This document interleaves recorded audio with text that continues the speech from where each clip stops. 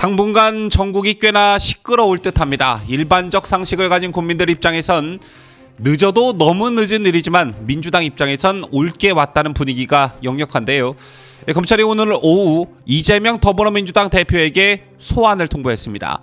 제2민주당은 정치보복이라고 강력 반발하는 등 파장이 일고 있습니다. 관련 소식 발빠르게 전달합니다.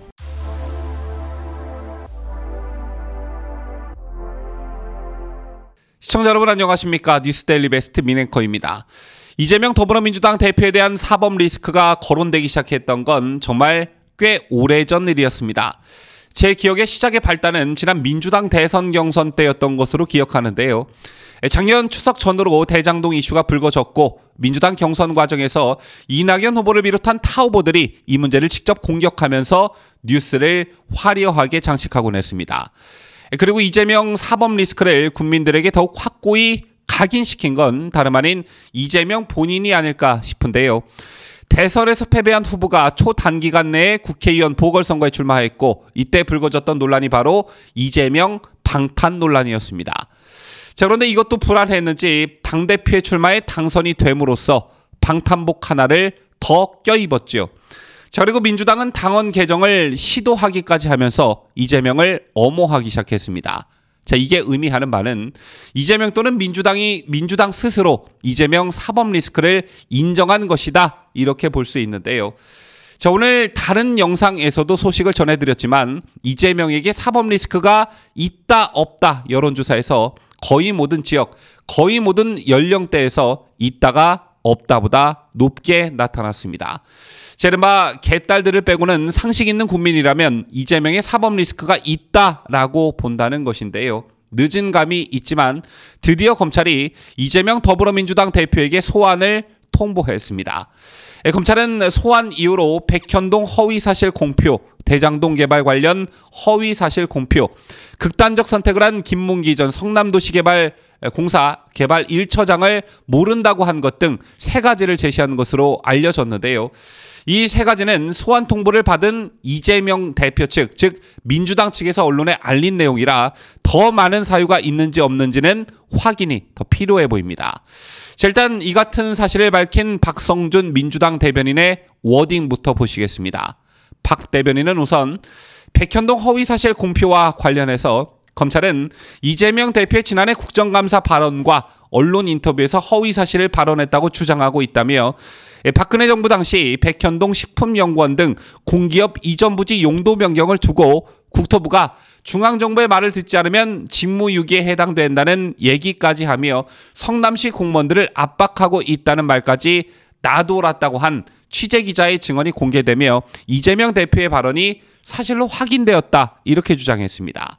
하지만 백현동 개발 사업을 담당했던 전직 성남시 공무원이 검찰 조사에서 국토교통부가 백현동 용도 변경을 하라며 협박했다는 이재명 대표의 말은 사실과 다르다고 진술했다는 동아일보의 단독 보도가 있었습니다. 또 대장동 개발 관련 허위사실 공표와 관련해서 민주당 대변인은 당시 성남시 의회 새누리당이 당론으로 대장동 공영 개발을 막았다는 명백한 증거들이 넘치며 이 대표 발언의 진실성을 입증하고 있다며 검찰은 명백한 증거를 일부러 무시하고 짜맞춘 각본에 따라 수사하는 것이냐, 이렇게 반발했습니다.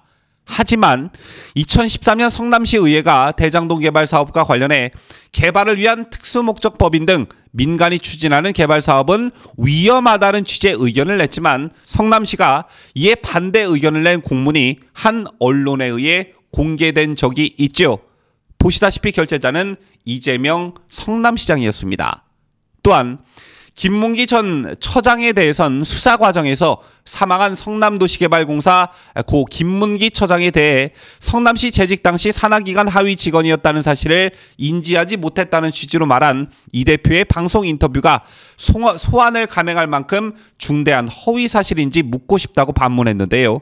하지만 고 김문기 처장을 몰랐다더니 2015년 9박 11일 해외 출장을 함께 갔다는 사진 등이 공개되기도 했습니다. 자, 이런 사실을 밝히면서 더불어민주당 대변인은 도저히 납득하기 어려운 소환 요구를 하면서 윤석열 대통령과 경쟁했던 대선 후보이자 제1야당 대표에 대한 정치보복, 야당을 와해하려는 정치 탄압에 대하여 더불어민주당은 물러설 수 없다. 더불어민주당은 민주주의를 훼손하려는 윤석열 검찰공화국의 정치보복에 강력하게 맞서 싸울 것이라며 전면전을 선언했습니다. 이런 민주당의 아나무인적 행태, 도대체 뭘 믿고 이러는지 모르겠는데요. 일단 공개된 건 3가지 혐의지만 이게 검찰의 이재명 수사의 신호탄이라는 해석이 지배적입니다. 저는 개인적으로 이재명 문제는 정말 신속히 처리해야 한다고 보는데요. 상대 진영 입장으로서 이재명에 대한 보복 심리 이런 차원보다는 이재명 하나 때문에 국민의 대표 기관인 국회가 혼란에 빠지고 올스톱될 가능성이 높기 때문입니다. 그제 이재명이 당대표로 선출되고 처음 열린 민주당 지도부 회의에서 어떤 말들이 나왔습니까? 검경이 김건희 여사에 대해 봐주기 수사를 한다면 특검을 추진하겠다고 했고요. 검찰 수사권 원상복구와 경찰국 신설 등을 거론하면서 한동훈 법무부, 이상민 행정안전부 장관을 동시 탄핵하자는 그런 주장이 나오기도 했습니다. 이른바 친명 최고위원들이 이재명 취임 첫날부터 대여 공세를 강화한 것인데 이들이 왜 이런 강경 반응들을 쏟아냈을까요? 첫날부터 민주당이 이런 총공세가 나오자 이재명에 대한 사법 리스크를 물타기하려는 시도다. 김건희 여사를 인질 잡아 본인의 사법 리스크를 조금이라도 줄여보려는 시도다. 이런 평가들이 즉각 나왔었죠. 앞으로 이재명의 검찰 소환이 현실화되면 민주당은 이를 막기 위해 그야말로 총력전을 다할 태세입니다. 그렇게 되면 국회는 한동안 마비되겠죠. 그러면 결국 피해를 입게 되는 건 국민들입니다. 또 법치주의란 관점에서 봐도 이재명의 사법 처리는 정말 조속히 실현돼야 합니다. 오늘 검찰이 이재명에 대한 소환을 통보했다라는 기사들에 달린 댓글들을 보면요. 늦어도 너무 늦었다라는 한탄의 댓글들이 줄을 이었습니다. 사실 법치가 살아있다면 이재명이 국회의원 배지를 달고 제1야당의 당대표가 되기 전에 법적 처벌을 받았어야, 그게 아니라면 최소한 몇 번의 소환 조사는 마쳤어야 되는 것입니다. 오늘 다른 영상에서도 전해드렸지만 홍준표 대구시장이 검찰을 나무랬죠.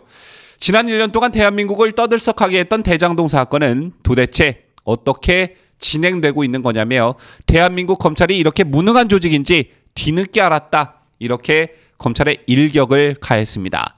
그런데 이걸 이른바 이재명의 개딸들은 어떻게 받아들이고 있었느냐? 이 같은 홍준표 시장의 발언을 다룬 기사에 달린 댓글들을 보면 이재명을 탈탈탈 털어도 나오는 게 없다는 증거 아니냐? 검찰이 없는 죄를 만들어서는 안 된다. 이런 터무니없는 댓글들이 달려 있었던 것을 제가 확인했습니다. 똑같은 사안을 두고도 정치 성향에 따라 다른 해석들을 하고 있는 것인데 이게 바로 법치주의의 위기가 아니고 뭐겠습니까?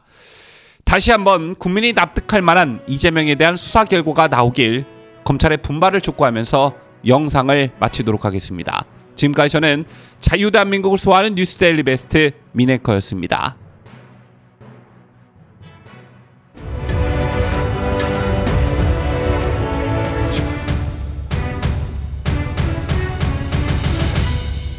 함께해요.